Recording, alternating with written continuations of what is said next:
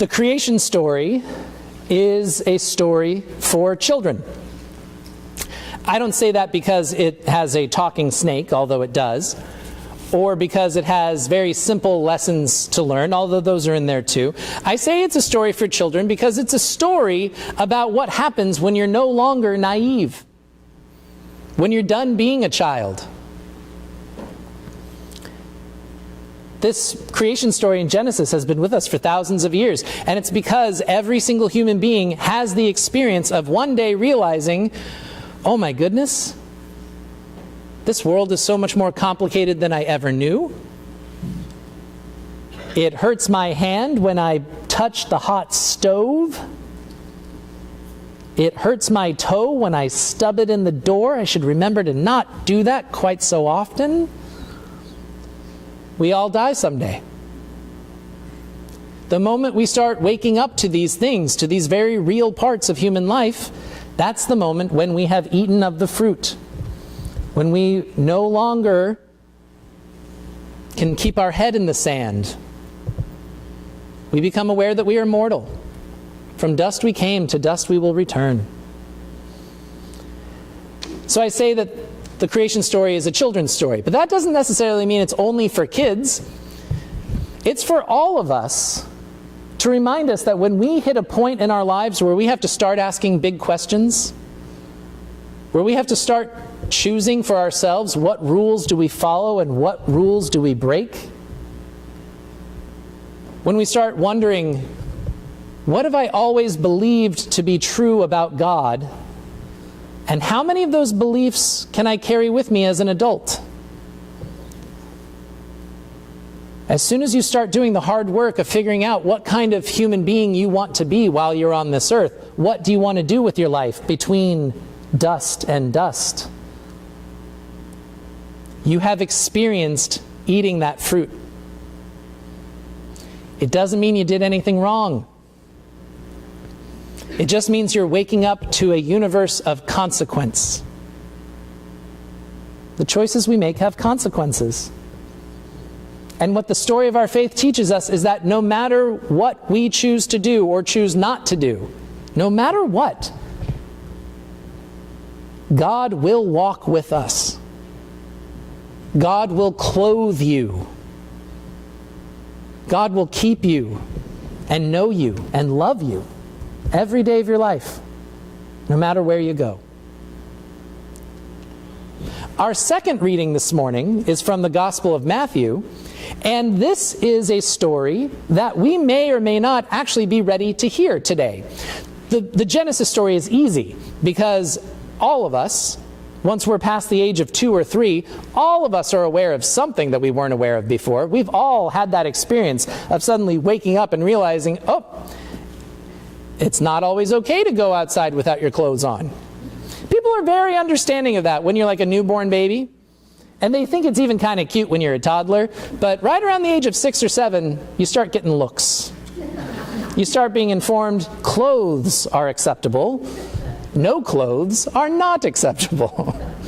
As soon as you learn that lesson, you have eaten of the fruit. You start living your life. And then you have to start figuring out how to make sense of this chaotic, messy, diverse, complicated life. And if you're like Jesus, it's not till later on in your life, maybe in your 30s, maybe in your 40s, maybe in your 70s. It's not until later on in life that you actually start hearing God's call to you, saying that you are God's beloved son with whom God is well pleased, or God's beloved daughter with whom God is well pleased, or God's beloved child with whom God is well pleased.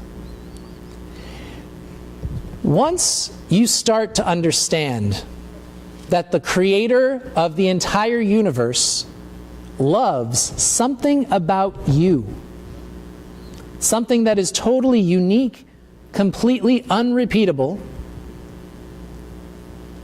that's when we enter into a stage that in the faith realm, in spiritual communities, we call the second naivete. The second naivete, it doesn't mean that you go back to being a child, but it means you have to start looking at things in brand new ways. Let's use Jesus as the prime example. Jesus lived his entire life without knowing who his father was. His birth was the thing of scandal. There were whispers about it in town. Who's Jesus' father really? It's not that guy Joseph. Where did he come from? And we would have to be able to imagine what it's like living in a totally patriarchal society to really know how challenging and how devastating and how heartbreaking it must have been to be a young man like Jesus, growing up with no father to call his own, no inheritance to expect, no way of really making a name for himself or even a path for himself through the world. He spent his entire life knowing that he was different and excluded, seen as the source of problems in his family and in his town, until he was in his early 30s, and he was baptized in the River Jordan by John, his cousin. And it was in that baptism, in that experience of being dunked under the water, that a bright light shone from the sky above, and a voice like a dove descending upon him said, "This is my beloved Son, with whom I am well pleased." When Jesus heard that voice, when Jesus got that insight that he's supposed to be God's beloved child, he had to deal with the fact that he has lived his entire life in a world that did not treat him that way. They treated him as a scandal, as an embarrassment, as a source of problems. So what did Jesus have to do in order to figure out what God was really calling him to be? That's our story today in Matthew chapter 4, verses 1 through 11. Immediately after this, Jesus was led up by the Spirit into the wilderness to be tempted by the devil. And he fasted 40 days and 40 nights, and afterward he was hungry. And the tempter came and said to him, "If you are the Son of God, command these stones to become loaves of bread." But Jesus answered, "It is written, man shall not live by bread alone, but by every word that proceeds from the mouth of God." Then the devil took him to the holy city and set him on the pinnacle of the temple, and said to him, "If you are the Son of God, throw yourself down. For it is written, he will give his angels charge of you, and on their hands they will bear you up, lest you strike your foot against a stone." Jesus said to him, "Again it is written, you shall not tempt the Lord your God." Again the devil took him to a very high mountain, and showed him all the kingdoms of the world and the glory of them. And he said to him, "All these I will give you, if you will fall down and worship me." Then Jesus said to him, "Be gone, Satan, for it is written, you shall worship the Lord your God, and him only shall you serve." And the devil left him, and behold, angels came and ministered to him. We're not ready for that story, because for Jesus to get to the point where he knew what to say no to in order to say yes to who God was calling him to be, it took him 40 days of fasting. It took him 40 days in the wilderness, 40 days away from all the people he knew and all the systems he knew and the food that he had always trusted to keep him alive. 40 days, 6 weeks basically, away from all that stuff. It took him that long to figure out what it meant to be God's beloved child, and to commit to being God's beloved child in this world. This seems to be a mistake we make a lot. Every year we tell this story, and every year we say, okay, so what are you going to give up so that you can be like Jesus and you can fast for 40 days? But what we forget is, this is Jesus' temptation story. It's a temptation story because even though we've been reading it the same way for 2,000 years, we need to remember that at every step along the way, it's a real question of whether or not Jesus will say yes or no. He's been famished for 40 days out in the wilderness, and then the tempter comes to him and says, "Turn these rocks into bread. If you're the Son of God, you can do it." And Jesus says no. It took 40 days of being hungry to figure out where real food comes from. It took him that long to be convinced that you don't live on bread alone, you live on every word that comes from God's mouth. He knew how to commit. He knew how to say yes to God and no to the temptation. There may be a tempter out there. There may be a talking snake. I've never encountered one, but there may be one. And if it slithered up to me, I know for a fact it wouldn't say, turn rocks into bread. I know I can't do that. That's not a temptation I have. I don't ever walk around feeling so full of myself that I'm like, today, food from granite. It's not a temptation for me, it's a temptation for Jesus. So the question becomes, what do I have to fast from for 40 days? What do I have to say no to for 40 days before I can really start spotting my own temptations? I'm not going to be tempted to turn rocks into bread. I'm not going to be tempted to jump off the tallest building in my known area thinking that angels might catch me. I'm not going to be tempted to inherit all the kingdoms and the powers of the world. If that was a temptation that actually worked for me, I probably wouldn't be your pastor here. I would be down in South Carolina this weekend. That's not a temptation for me.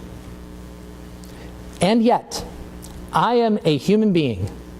I am God's beloved child in this world, and there are things that prevent me from living as God's beloved child in this world. And I need to know more about what those things are. The invitation I offer to myself is the invitation I offer to you for this Lenten season. What do you need to let go of? What do you need to say no to for 40 days, for 6 weeks, in order to make space for God to do something new in your life? What would you need to put aside, to eliminate from your regular schedules, your patterns, the things you rely on for a sense of self?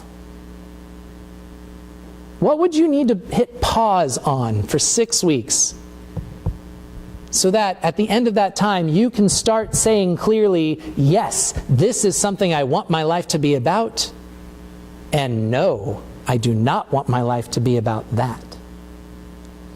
That is the Lenten journey. It's the journey of discipleship.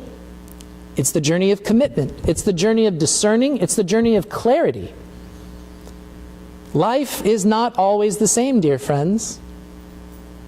There are some days and weeks that we remember that more than others. Life is not always the same. Just because the world continues to spin around the sun doesn't mean we do the same stuff over and over and over again.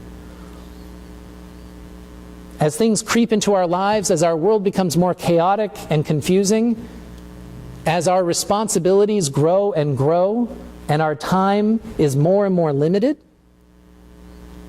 what do you need to say no to so that you can say yes to who God is calling you to be? That's the journey we're going to go on together. We'll continue over the next several weeks to hear the echoes of this story, the echoes of how Jesus was tempted. And every week, we together will explore the temptations in our lives. What are the things that we need to learn to say no to so we can say yes? Beth St. John and I spent some time on beaches earlier this week collecting a bunch of rocks. And there, for those of you who come over with us to the parish house for coffee, you will be invited to grab a rock and help us create a rock garden for Lent. This is going to be on offer every single week. You don't have to do it today. But what we hope you might do is think really hard about what you need to let go of for 6 weeks. What is something you need to be able to say no to from now until Palm Sunday? To make some space in your life so that you can start saying yes to who God has created you to be. You'll be invited to write those words on these rocks, and we're going to create a little rock garden out here in the front area down by the ramp so that we can put on display what our church is saying no to over the next 6 weeks so that we can make space to say yes to who God wants us to truly be. But before then, we'll share in the meal of communion to remember that no matter who you are, no matter where you are on the journey, no matter how committed you may or may not be, you are always welcome here. God's fruits are for everyone. Let's celebrate our God.